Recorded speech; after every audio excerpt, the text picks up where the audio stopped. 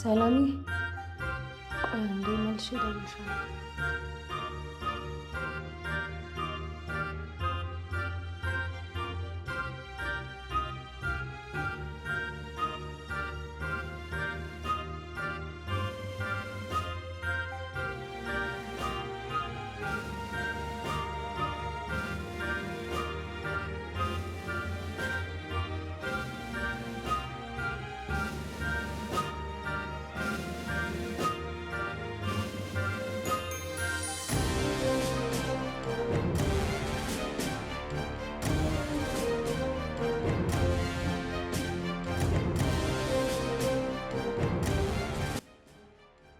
ሄሎ ሰላም ታዬ እንዴት ነሽ?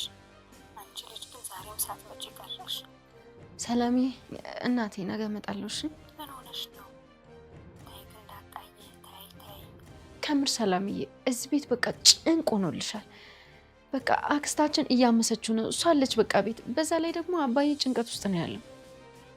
እሱማ ይገባኛል። ታዲያ ምን አለ አንቺ እንኳን ወደ እኔ መጥተሽ ብታርፊ። እንዴ ማይ አባዬ ጭንቀት ውስጥ ነው። ጥዬው መምጣት አለብኝ። ታዲያ አንቺ ምን ታደርጊያለሽ? በዛ ላይ እየናፈቅሽኝ ነው። እሺ እናቴ በቃ እመጣለሁ። እሺ ነገ ወይም ደግሞ ከቻልኩ ዛሬ እመጣለሁ።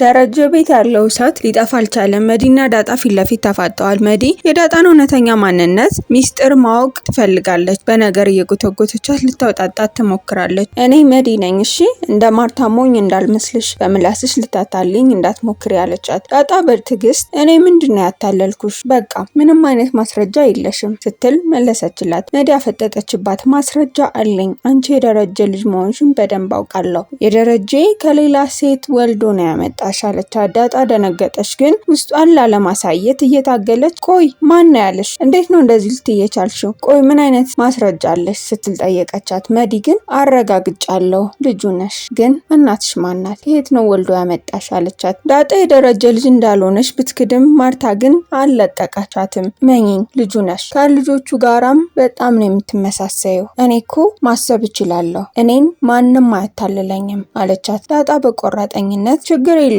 ማንም አያታልልሽም፣ እኔ እንደሆን እዚህ ቤት ነው ያለሁት፣ የትም አልሄድም። መዲ በዳጣ ምላሽ በጣም ተናደደች። ሰሚኛለሽ ዳጣ እይዝሻለሁ እንቅልፍ እንዳያስወስድሽ ስትል ዳጣ ለብቻዋ ቀርታ በፍርሃት ብትጨነቅም ችግር የለውም አትይዥኝም፣ አንቺ ማራዳ እኔ ማራዳ፣ እስኪ ማን እንደሚያሸንፍ አብረን እናያለን። በፍጹም ልታውቂ አትችይም፣ በፍጹም ይህን ሚስጥር ልታውቂ አይገባም እያለች ራሷን አጠነከረች። ኤቢና ናታን ተያይዘው ወክ አድርገው ሲመለሱ በግቢ ውስጥ ዳጣ እያየቻቸው ነበረ። ኤቢ ለናታን ያላትን ፍቅር የመቀራረብ ፍላጎት በግልጽ እያሳየች፣ ሆኖም ናታን ከዳጣ ጋራ ፍቅር ላይ በመሆኑ በኤቢ መቅረብ ተጨንቋል። ኤቢ ታውቃለህ ዛሬ በጣም ቀኑ ደስ ይላል፣ አየሩ ደስ ስለሚል ይሆናል አለ ናታን በመጨነቅ። ግን እጄን ልቀቂኝ ሲላት ምን አለበት ለትንሽ ጊዜ እንኳን ብታዝንልኝ፣ ቆይ ለምንድን ነው የማትረዳኝ ስትል ጠየቀችው። ናታን በፍርሃት ወደ ኋላ ያፈገፈገ፣ ኤቢ ቆይ ለምንድን ነው የማትረጅኝ? እንደዚህ ሁነን ዳጣ ብታይኝ አትቀየመኝም? ቆይ ከእኔና ከሷ ምረጥ ብትልሽ አላት። በዚህ መሃል ዳጣ ድንገት እያየቻቸው ነበረ። ናታንና ኤቢን አብረው ስታያቸው ልቧ ክፉኛ ተሰበረ። ዳጣ አይኖቿ በእንባ ተሞልተው ናታንን አየችው። እኔ በጣም ራስ ወዳድ ነኝ፣ ኤቢ በጣም ትወዳሃለች፣ አንተም ትወዳታለህ። ናታን ደነገጠ። ዳጣ ምን ሆነሽ ነው? ምን እያልሽ ነው? ግን የምትሆን አውቀሻል አላት። ዳጣ እንደዚህ አይባልም። እንዴት? ቆይ እኔ አይደለሁ እንዴ ለና አባዬ ተናግረን ይፋ እናደርግ ያልኩሽ አላት። ዳጣ ግን ተስፋ በቆረጠ ስሜት አይ ቶ እውነቱን አንተ ወደሃታል፣ አሁን ጸባያ ስለተቀየረ ወደሃታል አለችው። ናታን ግን ሊያረጋጋት ሞከረ። ዳጣ እያናደርሽ ነው፣ እኔ በጣም ነው የምወድሽ፣ ስለዚህ እኔ የምልሽን ብቻ ነው መስማት ያለብሽ። ዳጣ ግንባሯን እንዲስማት ጠየቀችው። እሱ ግን ቤት ውስጥ ስላሉ ፈራ። በመጨረሻም ግንባሯን ሳማት። ለዛ በቤት ውስጥ ስትሰራ ማርታ ከውጭ ሀገር ያመጣችውን በጣም ውድ ብርጭቆ ሰበረችው።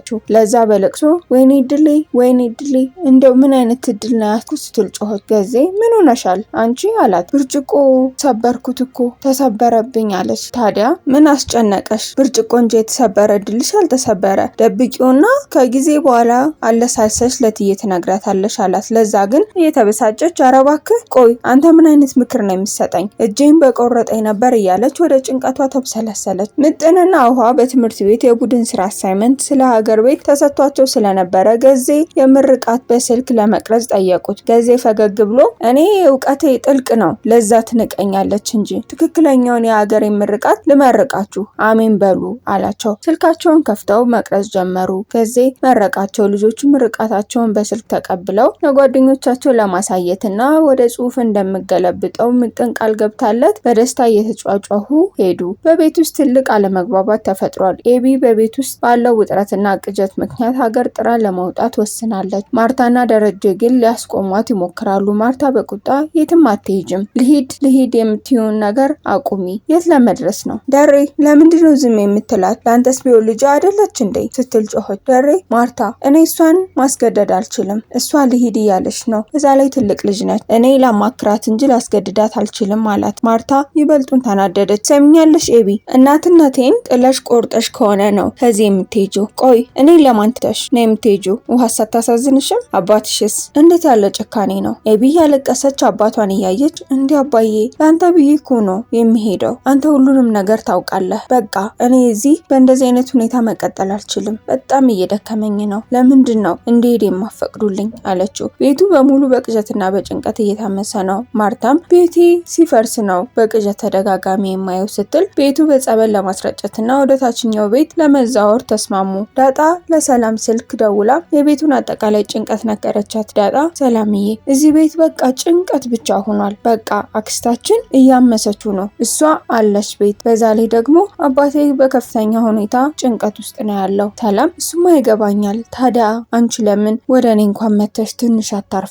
አለቻት። ዳጣም በሀዘን እንዴ ማዬ፣ አባዬ ጭንቀት ላይ ሆኖ እንዴት ጥዬው መጣለው? አክስታችን በጣም እያስጨነቀችኝ ነው አለቻት። ይመስለኛል አክስታችን የኔን ልጅነት ሳታውቅ አትቀርም። በጣም እያስጨነቀችኝ ነው። የደረጀ ልጅ መሆኔን ያወቀች ይመስለኛል አለች። መዲ በደበቀችው ካሜራ የዳጣ ሚስጥር አውጥታ ቀድማ ለማን የምትናገር ይመስላችኋል? ወይስ ሚስጥሯን እንደ ሚስጥር ይዛ በክፋት ታሰራት ይሆን? ነውስ ሁሉም ቤተሰብ በተሰበሰበበት ሚስጥሩን ታፈነደው ይሆን? ማርታ ስትሰማ ምን ትል ይሆን? ይህንን በሚቀጥለው ክፍል የምናይ ይሆናል። ተመልካቾቻችን የዛሬው የታሪካችን ጉዞ እዚህ ላይ ያበቃል። በሚቀጥለው ክፍል እስከምንገናኝ ድረስ ታሪኩን ከወደዳችሁት ላይክ በማድረግና ለወዳጆቻችሁ በማጋራት እንዲሁም ሀሳብና አስተያየታችሁን በኮሜንት አጋሩን። ለቻናላችን አዲስ ከሆናችሁ ሰብስክራይብ በማድረግ ቤተሰብ ይሁኑ። በቀጣይ ክፍል እስከምንገናኝ ድረስ ደህና ሰንብቱ።